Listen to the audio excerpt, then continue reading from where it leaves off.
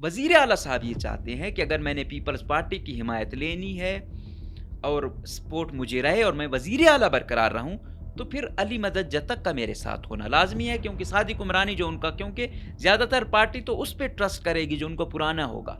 तो पुराने में या सादिक उमरानी है या अली मदद जतक है। आसिफ ज़रदारी अली मदद जतक साहब से काफ़ी नाराज़ भी हैं। बहुत सारी वजूहात हो सकती थी, लेकिन अब ये यही है कि भाई आप सरफराज के साथ इतना क्लोज़ली हो गए हो, लेकिन सरफराज ने भी काफ़ी निभाई। ऐसा नहीं है, अली मदद ने अगर कुछ निभाई तो सरफराज ने बहुत निभाई। और 761 वाला 6000 वाले को क्रॉस करके नंबर 1 आ रहा है। चौथे नंबर वाला, 5वें नंबर वाला नंबर 1 पे आ रहा है। 4 बजे से कंटेनर लगना शुरू हो गए डीसी ऑफिस, कमिश्नर ऑफिस के आसपास। पुलिस की भारी नफरी तैनात होना शुरू हो गई थी, तो अंदाजा हो गया था कि देयर इज समथिंग फिशी। तो कि भाई ये फार्म 45 पे तो पिरकानी आगे है, लेकिन जतक साहब के लिए गेम हो रही है और जतक साहब के लिए स्टेट मशीनरी इस्तेमाल हुई है, ऐसा तो नहीं है। गाड़ियों की नंबर प्लेटें चेंज हुई, गाड़ियां किसकी थी। फिर रात के 10 साढ़े 10 बजे हुकूमत ने नेटवर्क की सहूलत, न कॉल जा सकती थी, नेट तो छोड़ो, कॉल भी नहीं जा सकती थी, और कहा गया कि दहशतगर्दी का खतरा है, लिहाजा 2 दिनों के लिए सर्विस मुअत्तल है। तो वो दहशतगर्दी वो नहीं थी, दहशतगर्दी वो थी जो हुकूमत और ताकतवर हल्के जतक के लिए कर रहे थे। जहाँ जहाँ ये कुछ होगा वहाँ फिर सब कुछ होगा, वहाँ दहशतगर्दी भी होगी, वहाँ खुदकुशियाँ भी लोग करेंगे, वहाँ खुदकुश बम्बार भी बनेंगे, वहाँ पे फिर कोई चैन नहीं बनती। अब सियासी लोगों का क्या किरदार रहा है, सियासी लोग क्या किसी को निकलवाने में कामयाब होंगे। आप देख लेना अगली दफ़ा यार, लोग हैं जिस तरह अभी वोट डलवा दिए वैसे आर्टिफिशियली लाखों वोट डलवा सकते हैं, लेकिन अवाम ने नहीं निकलना।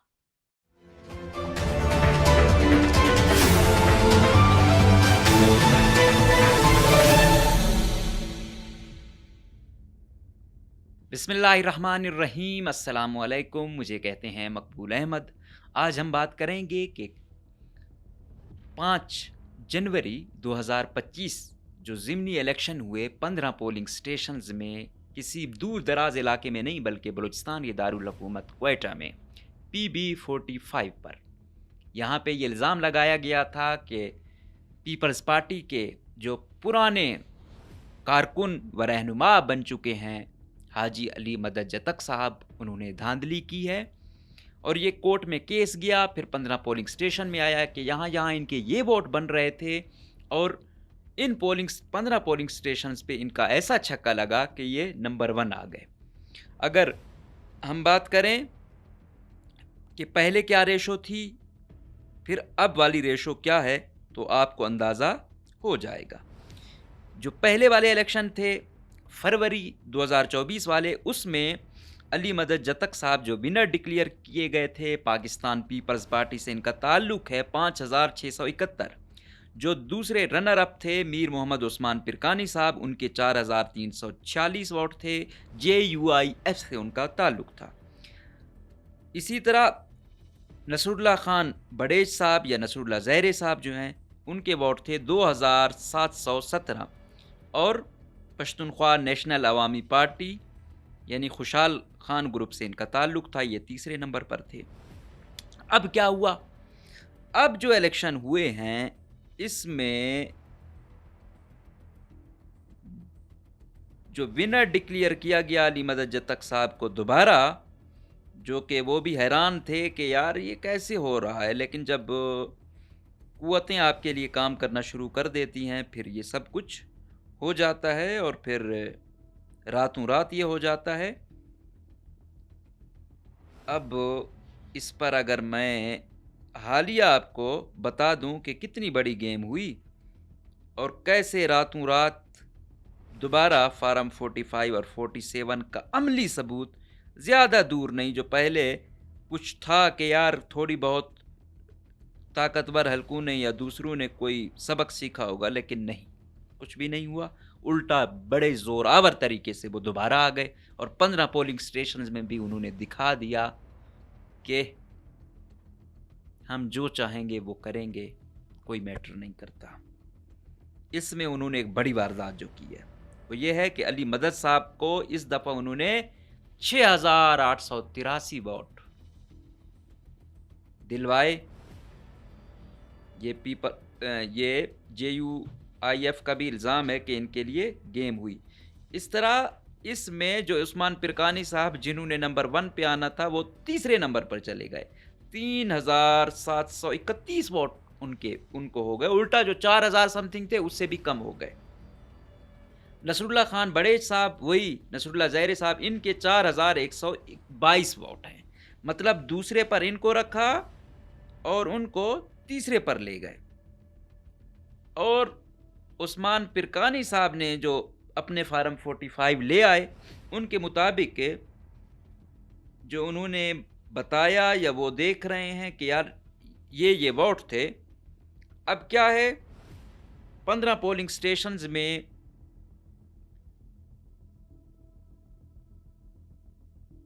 जो बने हैं वोट, मजीद खान अचकज़ई साहब पश्तूनख्वा मिल्ला अवामी पार्टी से उनका ताल्लुक़ था, उनके वोट हैं 1,252। मीर उस्मान पिरकानी साहब जो फार्म 40 ये इनके मुताबिक हैं, अगर वो किया जाए न्यू टोटल जो इन्होंने लिए, मतलब जो नए इन्होंने लिए हैं 15 पोलिंग स्टेशन में, पिछले वाले नहीं अभी वाले, मजीद खान अचकज़ई ले रहे हैं 357, मीर उस्मान पिरकानी साहब ले रहे हैं 2,676, नसरुल्लाह ज़हरे ले रहे हैं 917 और अली मदद जतक साहब ले रहे हैं 257। मतलब इनके तो मजीद खान अचकज़ई से भी कम है, फिर भी ये नंबर 1 डिक्लेयर हो रहे हैं। अच्छा, मौजूदा पोजीशन अगर देखी जाए, वो पिछले वाले हल्के भी मिला के और मौजूदा 15 भी मिला के, तो मजीद अचकज़ई साहब के बन रहे हैं 1,252 और मीर उस्मान पिरकानी साहब के बन रहे हैं 5,664, नसरुल्लाह ज़हरे के बन रहे हैं 2,684 और अली मदद जतक साहब जो है ना, इनके टोटल जो बन रहे हैं 761 टोटल बन रहे हैं। अभी इन्होंने 257 लिए और पिछले जो बाकी पोलिंग स्टेशन थे उनको मिला के इनके बन गए 761। मतलब उसमें आप कह सकते हो कि 504 या पिछले बाकी पोलिंग स्टेशन में और 257 ये मिले तो ये 761 बन गए। लेकिन इनको नंबर 1 बना दिया गया। ये अली जो उस्मान पिरकानी साहब हैं उनका ये इल्ज़ाम है। लेकिन फिर मैंने आपको कहा नहीं कि खबर चली जब आ रहे थे कि भाई हर पोलिंग स्टेशन पे उस्मान पिरकानी लीड कर रहा है, तो पीपल्स पार्टी के जो तर्जमान थे उन्होंने कहा नहीं, ये प्रोपेगेंडा हो रहा है, फार्म 47 जो है ना ये इल्ज़ाम लगा रहे हैं हर पोलिंग स्टेशन पे अली मदद जतक साहब लीड कर रहे हैं। और यहाँ तक गेम की गई कि उस्मान पहले नंबर पे अली मदद जतक है, दूसरे पे नसरुल्लाह ज़हरे है, तीसरे पे मजीद अचकज़ई है, मीर उस्मान पिरकानी तो चौथे नंबर पे है। ये खबर चली। फिर जब फार्म 47 आया उसमें भी क्योंकि उस्मान पिरकानी आगे आगे हो रहा था, तो उन्होंने नसरुल्लाह ज़हरे को भी इजाफी वोट दिलवाए ताकि वो कहे कि यार ये तो रनर अप ही नहीं है। और केस भी रनर अप का मजबूत होता है, जो तीसरी पोजीशन पे या चौथी वाले पे होता है उसका केस भी इतना मजबूत नहीं होता। वो कहते हैं रनर अप तो ये है। फिर उस नसरुल्लाह ज़हरे साहब भी आए, उन्होंने प्रेस कॉन्फ्रेंस की, पता नहीं उनको भी कोई यकीन दहानी थी, पता नहीं क्या था, उन्होंने भी पलड़ा हुकूमत की जानिब ही वो किया। उन्होंने उस्मान पिरकानी को अटैक किया कि ये इलेक्शन कमीशन से मिला हुआ था, ये या वो। यहाँ पे भी उन्होंने फिर मतलब कि आप कह सकते हैं कि वो हक सच बात नहीं की। यहाँ पे उनको भी कोई 1500-2000 वोट इजाफी दिया यार लोगों ने कि उस्मान पिरकानी को तीसरे नंबर पे लेके जाने उसके, ताकि उसका केस ही कमज़ोर रहे।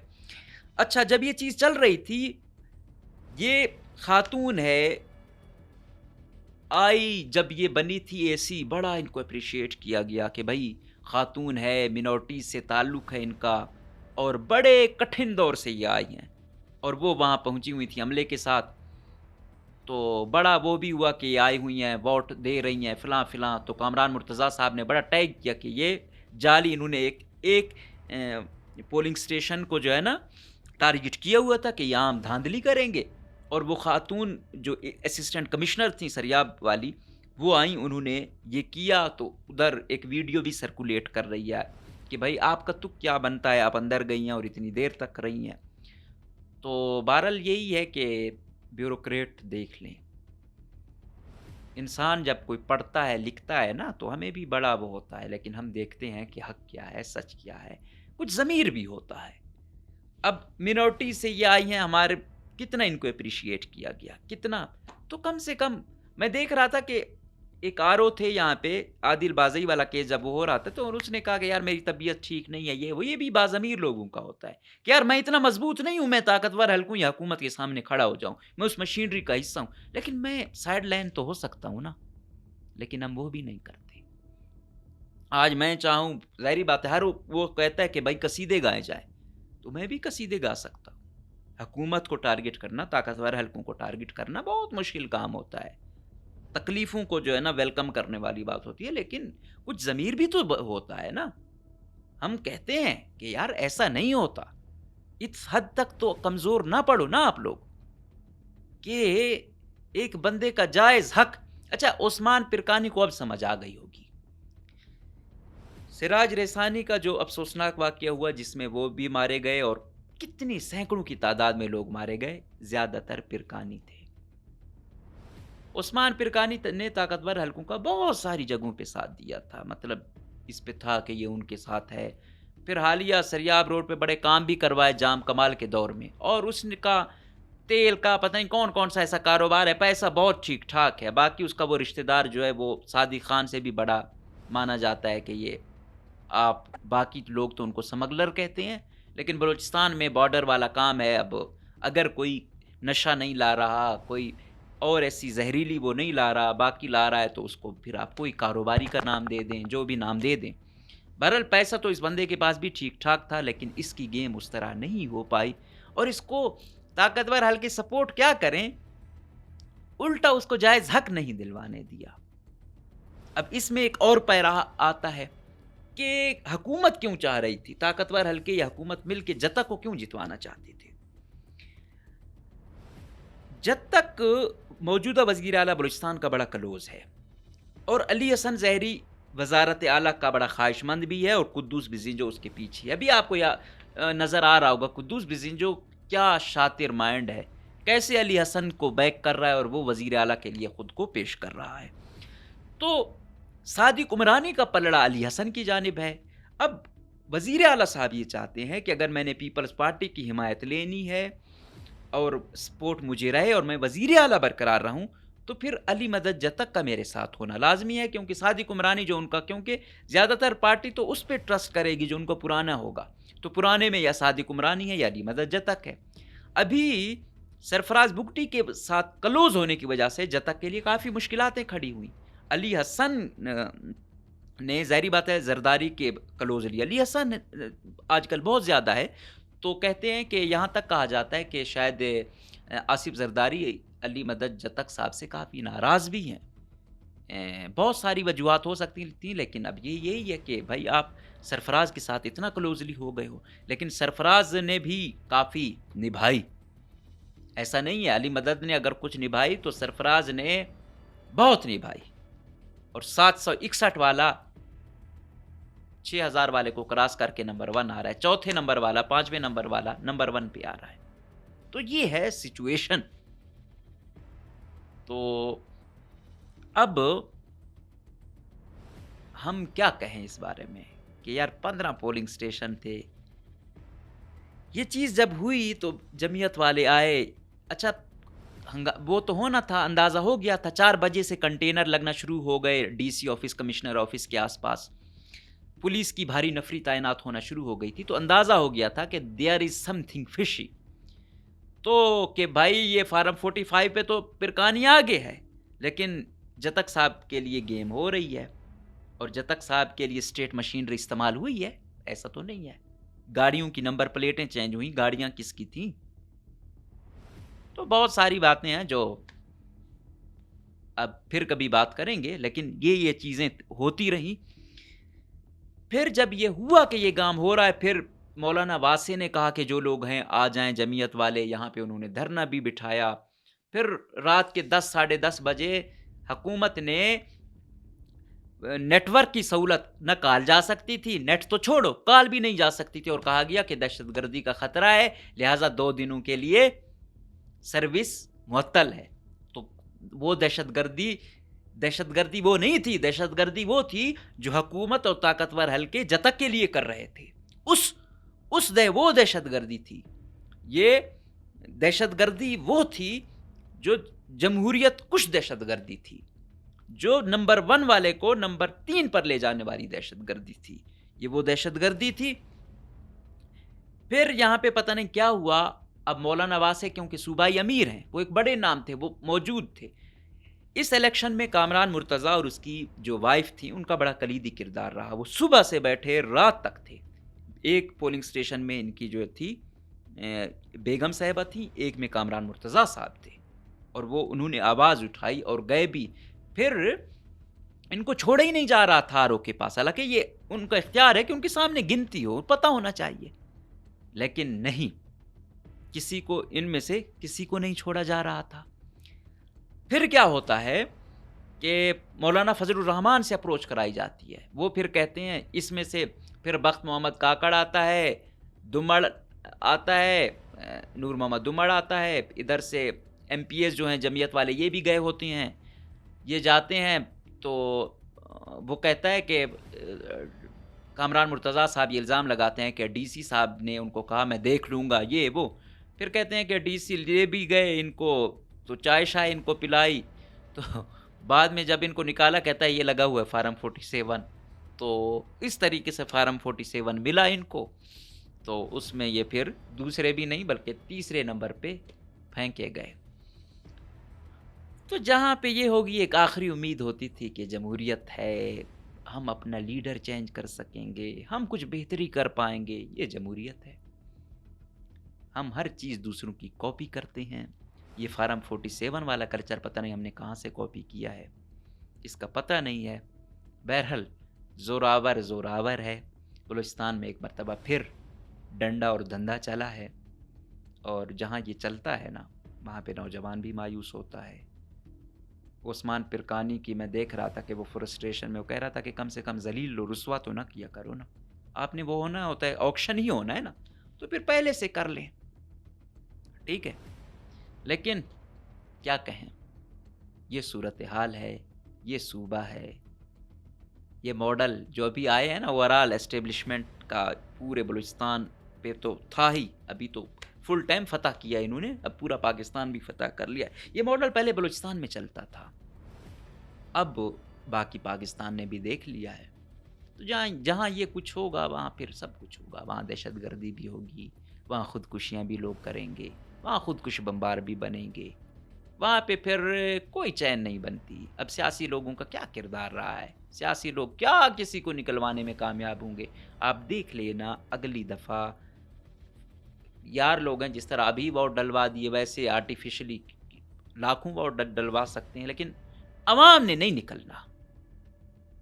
ये तो तय है कि बस पहले जो ज़हीन लोग थे वो पहले ही सिस्टम से मायूस थे।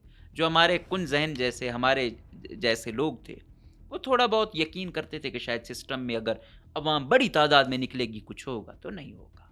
ताकतवर हल्के जो चाहेंगे वो होगा, हुकूमती मशीनरी जो चाहेगी वो होगा।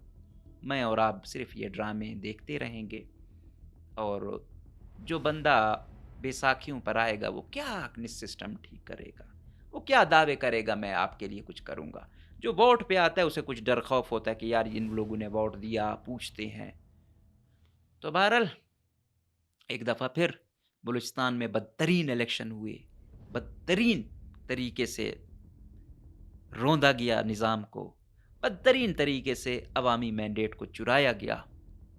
तो बाकी जो कर सकते हैं ये करें, लेकिन ये जमहूरियत कुछ दहशतगर्दी है, और इस दहशतगर्दी के लिए अगर सियासी जमातें नहीं आएंगी, अभी जमीयत ने कल रखा हुआ है कि पहिया जाम हड़ताल होगी।